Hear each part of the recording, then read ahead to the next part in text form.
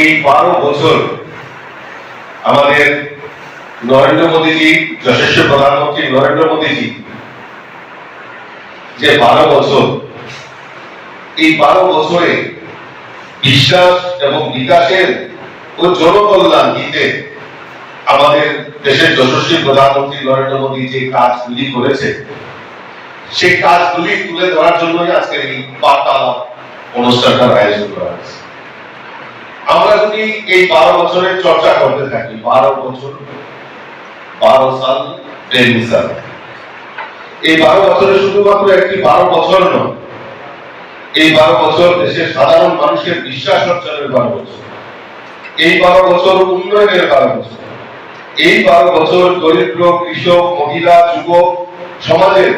এবং প্রান্তিক মানুষের কল্যাণের 12 বছর। এই জনকল্যাণ হিত কর্মসূচি এবং দেশের সুরক্ষা,